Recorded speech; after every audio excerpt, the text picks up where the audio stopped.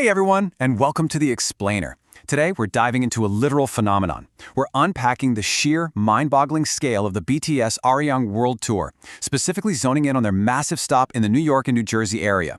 And honestly, this is so much bigger than just a story about music. It's a fascinating look at what happens when global culture, massive economic shifts, and deep industry politics all crash into each other during one spectacular mega event. So get comfortable because we've got some incredible data to get through today. So, let's kick things off with a pretty massive question. How on earth does one single concert generate the economic impact of a World Cup? I know, it sounds totally unbelievable, right? But as we're going to see, one localized musical event acts like a giant catalyst. It triggers this multi-layered global ripple effect that literally transforms entire metropolitan areas overnight. Section 1. 80,000 fans at MetLife. To really wrap our heads around how this happens, we have to start right at the epicenter. 80,000. That is the staggering number of fans that packed into MetLife Stadium for just the first night of this stop. And what's absolutely wild about the timing here is that MetLife Stadium hosted the FIFA World Cup final just 2 weeks before this concert.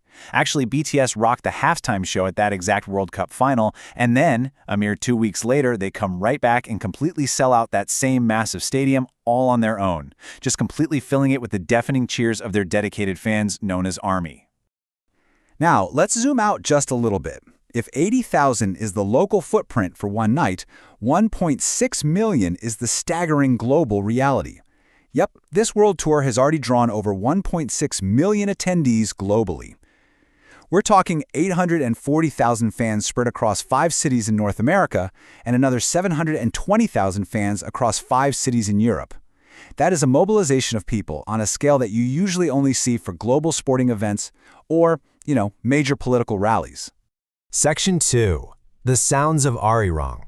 So you might be wondering, what exactly is this huge global audience showing up to see? Well, they are experiencing deeply traditional Korean culture, but supercharged for an ultra-modern mega stadium setting. The 360-degree stage featured a central pavilion inspired by the historic Gyeonghaeru. The floor of the stage itself, designed to represent the Tagogugi, the South Korean flag. And throughout the whole show, they wove in sungmu, which is a traditional Korean dance, elements of the communal Gangang Sule dance, and traditional tall masks. And honestly, perhaps the most powerful moment was when they led 80,000 international fans in a massive, soaring chorus of Arirang, a traditional Korean folk song. It's just a brilliant, totally uncompromised export of cultural identity. But numbers and stage designs only really tell half the story here. To truly grasp the impact, we need to humanize the data. Take Caroline, for example, a fan who traveled all the way from the Dominican Republic. She captured this feeling perfectly, saying, "I hope to meet them someday, then my dream will come true. Thank you for inspiring me." That right there shows you the deeply emotional, profoundly personal connection that drives this massive migration of people to these shows. And it goes way beyond just connecting with the artists, right? It's about the community itself. Audrey from Long Island hit the nail on the head when she said, "BTS's music brings everyone together, so I was able to make best friends. I'm so proud of BTS." This brilliantly illustrates how their music builds this incredibly connected global community. It literally turns a massive, intimidating stadium into an intimate gathering of close friends.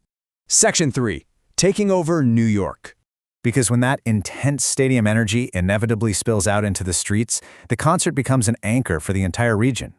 Over at the American Dream Mall near the stadium, fans were jumping into K-pop cover dance contests. The Korea Tourism Organization set up these massive booths showcasing K-culture, beauty, and food. Right in the heart of Manhattan at Grand Central Terminal, fans were making custom BTS shirts. And up at Rockefeller Center's iconic Top of the Rock, they were blasting BTS music, showing videos, and they even launched special collaborative menus. The entire city ecosystem adapted to cater to this massive wave of cultural tourism. Section 4. World Cup Economic Effect. Let's zoom out even further and look at the sheer financial footprint left in the wake of this citywide takeover. According to an economic director cited by The Guardian, when you actually look at the average expenditure of these fans, the economic effect of this single music group rivals and in some cases straight up exceeds the FIFA World Cup. Think about that for a second. It's a staggering realization. A pop culture phenomenon is literally driving macroeconomic shifts in major world cities. And if you want the hard data to back that up, look no further than $340 million, or roughly 490 billion Korean won. That is the baseline economic impact generated by just 4 of their shows in Las Vegas. That staggering figure really gives us the context we need to understand the immense amount of wealth being pumped into the New York and New Jersey local economies over just a single weekend.